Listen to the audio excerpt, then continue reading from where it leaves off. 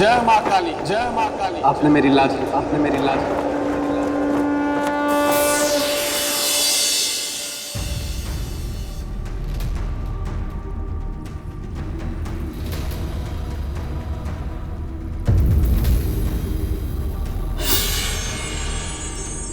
लो, ये फिर पहुंच गए मेरे मित्र के सिंहासन को पाने की लालसा लिए। लेकिन मैं ऐसा कभी होने नहीं दूंगा, क्योंकि मैं हूं बेताल, जो गलने नहीं देता किसी की दाल। मैं भी चला। राजन,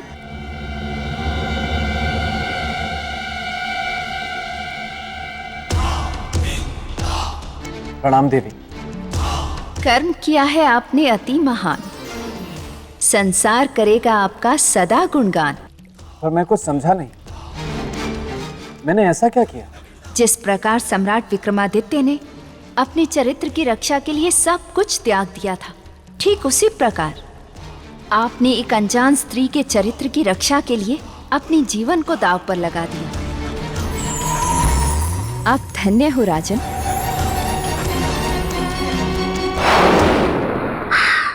देवी महामाया की जय हो। देवी, छोटा मुंह और बड़ी बात, लेकिन कहनी तो पड़ेगी। राजा भोज ने कद्दू में तीर नहीं मारा है। ये जो कुछ भी इन्होंने किया, इसलिए किया ताकि आपकी दृष्टि में ऊंचा उठ सके, सीढ़ियां चढ़ सके, मेरे मित्र के सिंहासन की तरफ बढ़ सके। बेताल, तुम क्या बचपन से ही ऐसे हो? हाँ देवी, मैं बचपन से ही बहुत बुद्धिमान, अति बलशाली और बहुत रूपवान हूँ। अति उत्तम। फिर क्या हमेशा ऐसा ही रहना है बेताल, या फिर चील बनकर आकाश में उड़ना चाहते हो, या फिर अब चूहा बनकर बिल में रहने का विचार है? नहीं नहीं देवी, आप तो मुझे हमेशा ऐसे ही डरा देती हैं। क्योंकि तुम बोलते बहुत हो बेताल। किंतु मैं गलत क्या बोलता हूँ? देखिए, राजा भोज को देखिए और फिर बताइए कि क्या आपको लगता है कि ये मेरे मित्र के सिंहासन पर बैठने योग्य हैं? बेताल, किसी की योग्यता का प्रमाण पत्र देने वाले तुम कौन होते हो? मनुष्य अपनी योग्यता की परीक्षा स्वयं देता है। राजा भोज भी वही कर रहे हैं बेताल। यदि ये योग्य हुए तो ही सिंहासन को प्राप्त कर पाएंगे, अन्यथा नहीं। ये सुनने में अच्छा लग रहा है। और भी सुनने में अच्छा लगेगा बेताल, लेकिन तुम यहाँ चुपचाप खड़े रहो। राजन, चरित्र की ये चौथी सीढ़ी भी आप पार कर चुके हैं। आगे बढ़िए राजन। अनुमति के लिए धन्यवाद देवी। राजन, ये किस जाल में फंसते जा रहे हैं आप? ये मृग तृष्णा है, इस पर चलकर आपको कुछ नहीं मिलेगा। आप सिंहासन तक नहीं पहुंच सकेंगे। राजन, मेरी बात मान जाइए। देखिए, अभी सिर्फ 4 ही सीढ़ियां पार हुई हैं, 28 बाकी हैं, जो बहुत मुश्किल हैं, खतरनाक हैं, भयानक हैं, असंभव है। असंभव में भी संभव छुपा हुआ है बेटा।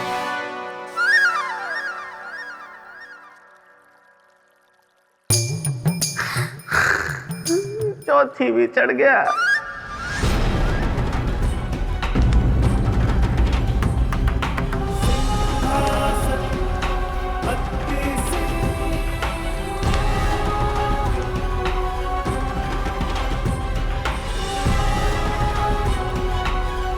ठहरिए राजन, ठहरिए राजन।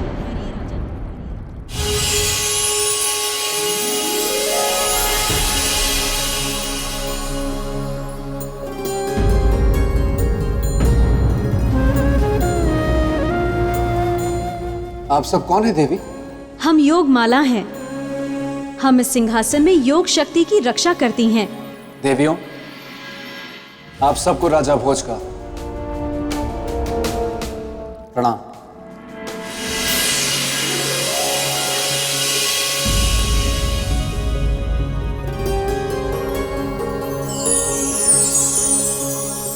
राजन,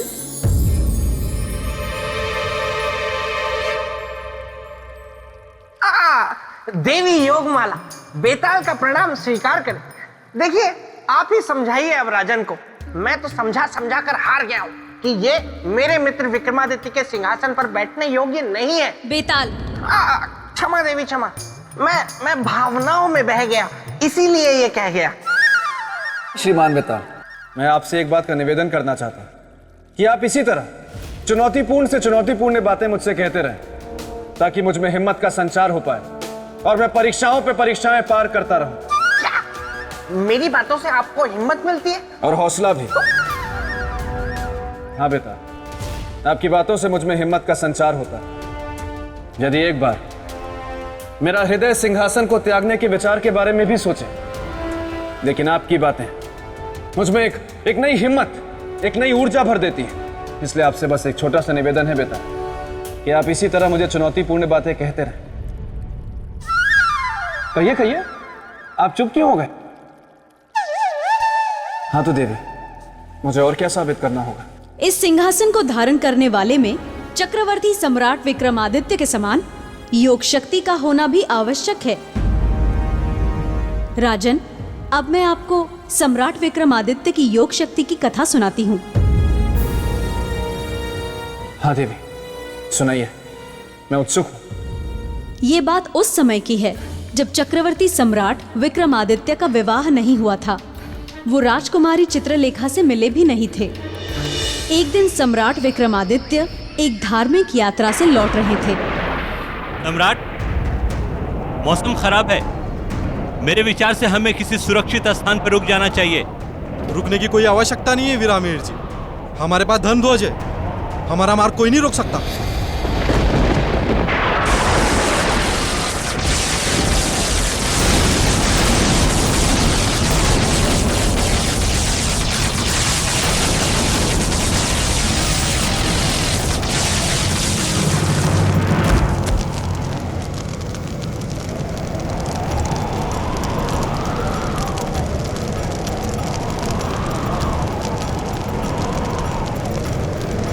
धर्म ध्वज का जल जाना तो अपशकुन होता है। इसके क्या संकेत हो सकते हैं? सम्राट, गोचर की नक्षत्र गणना के अनुसार ये एक बड़े संकट का संकेत है।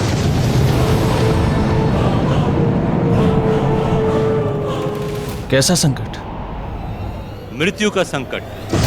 मृत्यु? किसकी मृत्यु और क्यों? हमारे आसपास कोई पापी है, उसकी। परंतु हमारे बीच कौन पापी हो सकता है? ये मैं नहीं कह रहा हूं सम्राट, ज्योतिषीय गणना कह रही है। यदि हम अपना कुशल मंगल चाहते हैं तो बिना देर किए उस पापी को इस यात्रा समूह से बाहर निकालना होगा, अन्यथा हम सब काल के शिकार बनेंगे।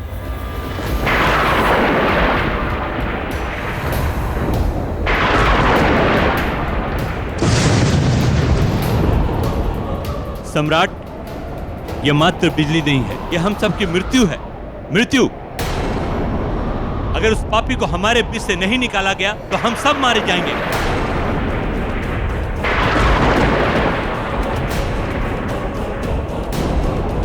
वीरामीर जी, हमारे बीच का कोई भी व्यक्ति कहीं नहीं जाएगा। प्रियजनों, आपको भयभीत होने की कोई जरूरत नहीं है। आपके जीवन रक्षा का दायित्व हम लेते हैं। हम आपको वचन देते हैं कि हम आपको कुछ नहीं होने देंगे, एक खरोच भी नहीं आने देंगे और सब कुछ खुद पे सह लेंगे। परंतु आपसे हमारी एक विनती है, कृपया करके हमें बता दे कि वो पापी कौन है और ये पाप क्यों किया।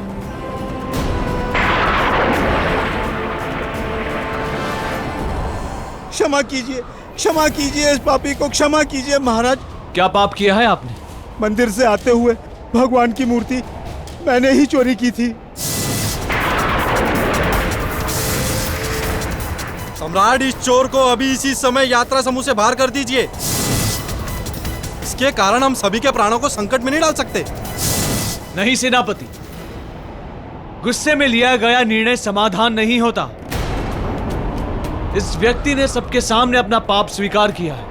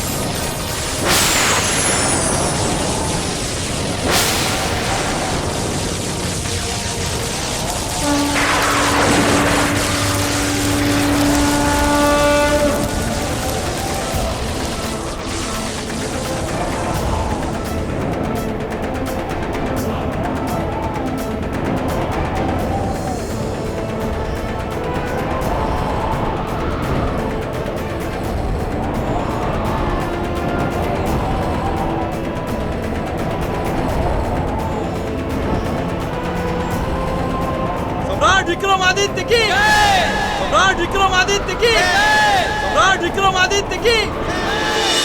देवी, मेरे मन में एक प्रश्न उठ रहा है कि एक मृत व्यक्ति जीवित कैसे हो सकता है? ये संभव है केवल योग शक्ति के द्वारा। और सम्राट विक्रमादित्य, वे तो योग शक्ति के बहुत बड़े साधक थे। शरीर अवश्य उनका नष्ट हो चुका था, किंतु आत्मा जीवित थी, क्योंकि आत्मा तो कभी नहीं मरती। इसलिए उन्होंने योग बल का सहारा लिया और अपने नष्ट शरीर को पुनः पहले जैसा कर लिया। तब तो वहां हर्षोल्लास का वातावरण छा गया होगा देवी। बिल्कुल, इसीलिए उनके पुनर्जीवित होने की खुशी में राजसभा में उत्सव का आयोजन किया गया।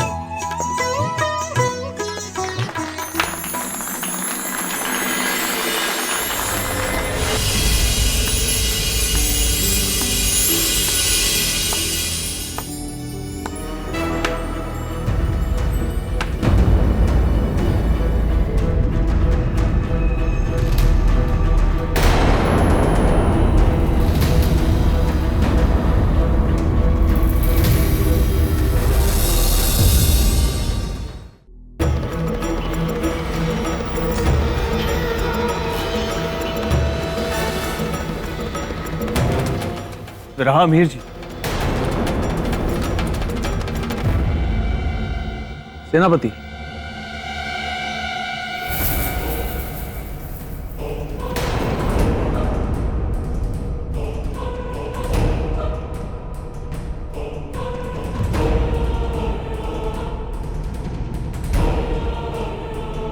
कौन है वो जिसने हमारे दरबार में तंत्र शक्ति प्रयोग करने का दुस्साहस किया है?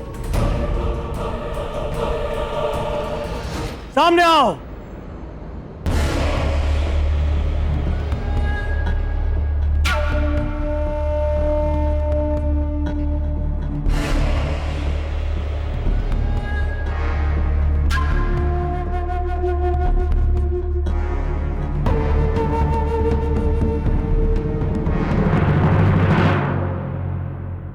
योगी, हमारी राजसभा में कौन है आप? आपकी शक्ति प्रयोग करने का उद्देश्य क्या है? क्या सिद्ध करना चाहते हैं आप? सिद्ध नहीं करना चाहता, केवल स्मरण दिलाना चाहता। किस बात का स्मरण? उस दिन की घटना का, जिस दिन आपका जीवन संकट में था और आपकी मृत्यु निश्चित थी। विक्रमार्जन! हे परमपिता परमात्मा, हमारे जीवन की रक्षा कर।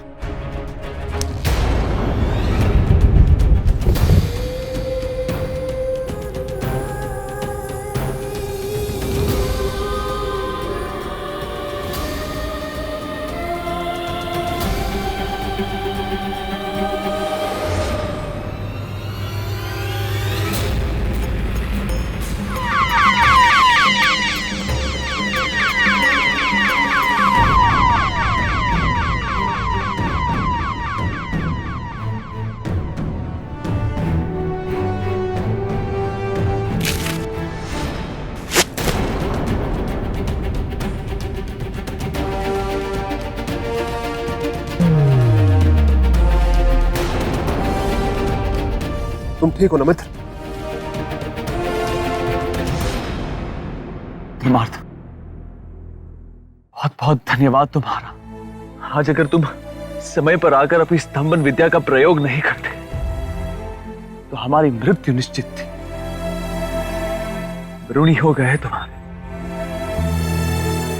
आज इस मित्र धर्म के सम्मान पे आपको कुछ देना चाहेंगे। मांगो, जो इच्छा है मांगो। मांगूंगा मित्र, अवश्य मांगूंगा, किंतु आज और अभी नहीं। अब कब? समय आने पर।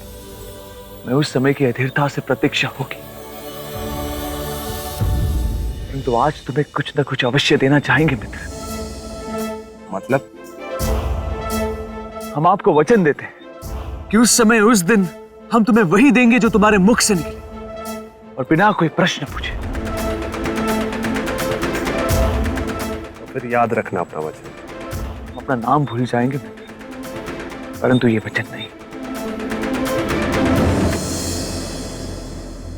सम्राट, कहीं ऐसा तो नहीं समय की धूल ने आपकी स्मृतियों को ढक लिया हो? ये प्रश्न है या शिकायत?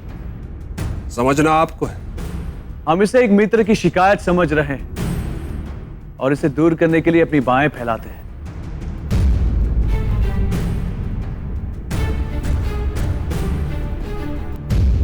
वर्षों बाद मिले हो मित्र, आओ गले लो।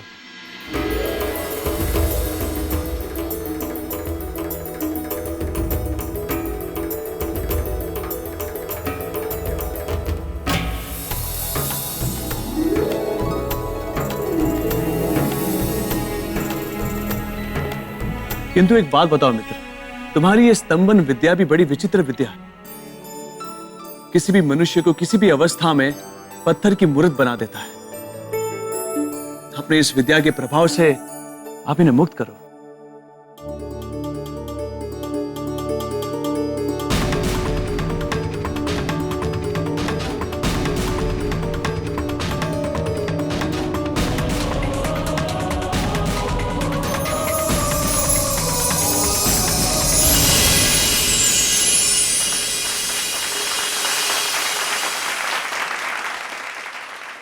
मित्र, मुझे किसी से प्रेम हो गया है। उसे विवाह करना चाहते हो? हाँ। तो फिर समस्या क्या है मित्र? समस्या यह है कि विवाह के लिए स्वयंवर रचा गया है। उसकी एक शर्त है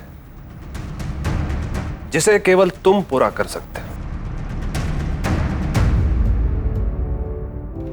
समझ गए मित्र, जो शर्त पूरी करेगा विवाह भी वही करेगा। हाँ।